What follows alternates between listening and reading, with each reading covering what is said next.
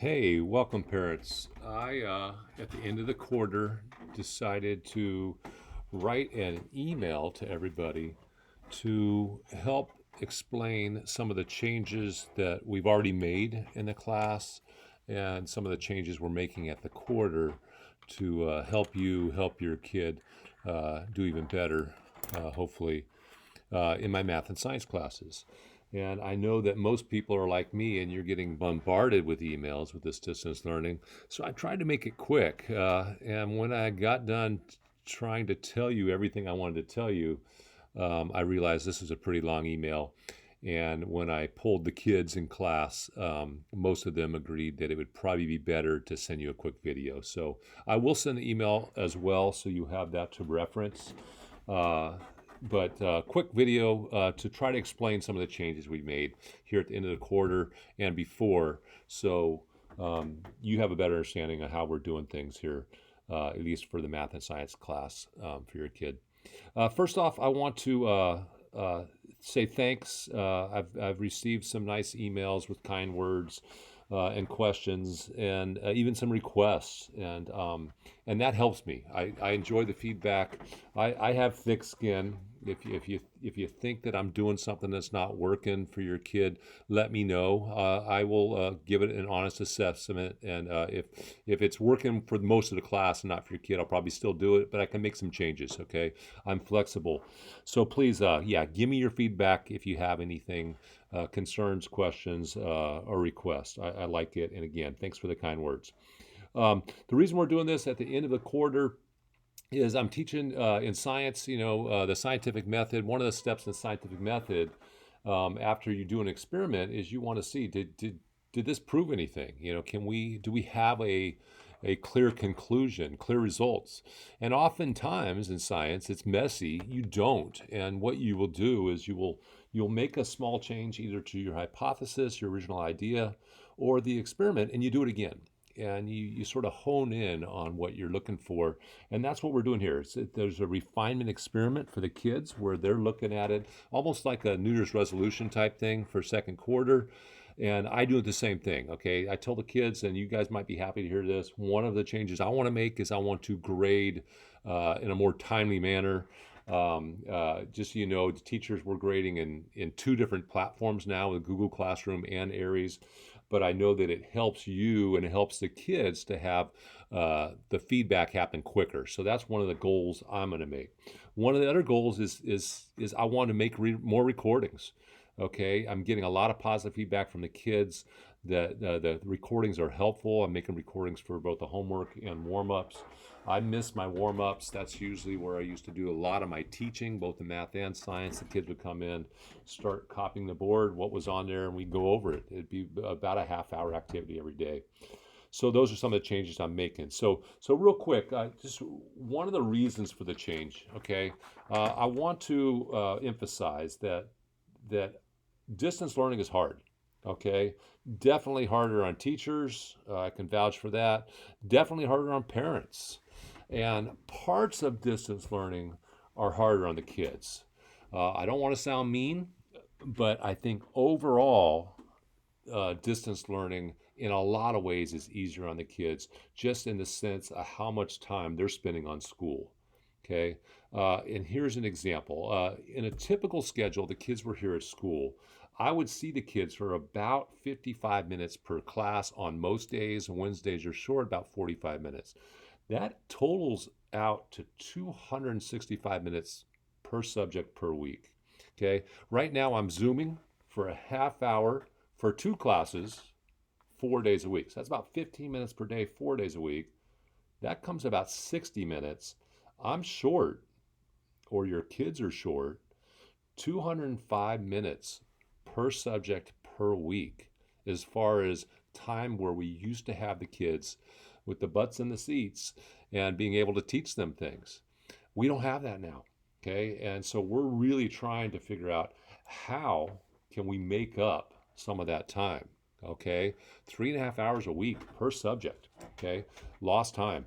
And it really became an aha moment for me at the end of the quarter, where as hard as we worked, as productive as we've been, I've never worked with other teachers as often as I have this quarter, and partly just out of necessity, trying to spread the work. And we got done and we realized, well, we got through chapter one. Well, in a typical year, we get through chapter two by the end of the first quarter. So it's just, I fear for the kids going forward, missing out on so many things we used to teach them in class. And just some of it was, you could say, superfluous. I would do a couple read alouds. Okay. I would talk about all sorts of things with my kids and my family. So, one of the changes I'm going to be making, I'm recording more. Okay, I'm recording lessons. So there's a daily warm up in math, and for science, we'll have a warm up about twice a week. And those warm ups, they might look like this, okay, where I have diamond problems. I actually got a thank you email from a seventh grader or an eighth grader last week that they're doing diamonds now, and he finds them easy because we used to do them in warm ups. Okay, it's just it's teaching basic facts, it's teaching all sorts of, but this is a typical warm up. We're doing these challenge diamond type problems, which embedded are basic facts. We're reviewing estimating. I found that estimating is often harder for the kids who are good at math. Right? They usually do all the work, get the right answer, then try to do more work to round their answer to try to figure out, okay, what do they want to hear for the answer, right? So this is a typical, and this takes me about 10 minutes to record. But for the kids, ideally, they're copying everything down, pressing pause, and then going and doing the work, and then coming back for hints, or if they get stuck, or checking their answer. About 25 minutes the kids should be spending on this a day, okay? That's one of the things I'm recording. I'm recording when we start the homework, especially work out of the book. Okay, when they're doing work out of the book, it's a tough thing. This book is designed to have discovery lessons and designed to have group work. Those are two things we can't really do in distance learning. So I'm starting every homework with about a 10 or 15 minute video where I'm showing them the perfect heading. This is something we'll talk about a little bit later. And I'm starting all the work. And they can follow along and get started. And then I give them hints on what's left. And I end the video. And then hopefully they follow along when they need to. They do all the work. Hopefully they're able to finish. If not, they can come to an afternoon Zoom and get help. Okay?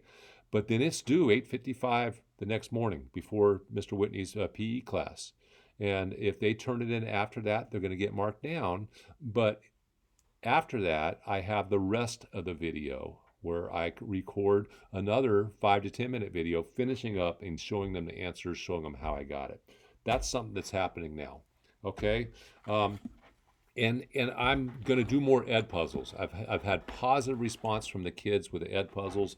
Oftentimes that's a video with questions embedded, and they can't move on with the video unless they can get that question right. They can go back and review and watch some more, but they can't move on.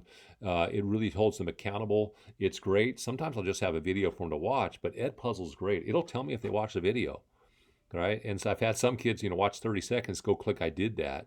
And it tells me, and I tell them, no, it says you watch 30 seconds of that, go watch the rest.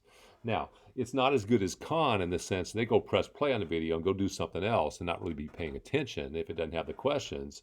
But it'll give them credit if they watch the whole video, have it playing. Khan won't do that. Okay, so Khan minutes, if they're logged in and they're not actively participating in the learning, they don't get points for Khan. Okay, which leads me to remind you, if your kid does not know their facts, or even if they do and they want to just practice multiplication facts, they can do that for 15 minutes per day, and that can count as their Khan. What they need to do is write, I practice my facts for 15 minutes, and put a spot for you to sign it, put the date, and they can have 4 of those on one page in a week and turn that in at the end of the week, and I'll give them credit for their Khan minutes. So if they're struggling with their Khan minutes, and some kids are, have them practice their facts. And again, even if they already know their facts, that's fine with me. Because I always tell the kids, professional basketball players get paid $30 million a year the two shots they shoot the most at practice are layups and free throws. Those are the easiest shots there are. One's the closest to the basket you get. The other one, no one's allowed to guard you, right? Professional baseball players making $30 million a year. They'll hit off a tee once a month to level their swing out and make sure it's level. Okay, professional violinists playing in New York City, right? They will practice scales. You just go up one note at a time to the top and go down one note at a time to the bottom.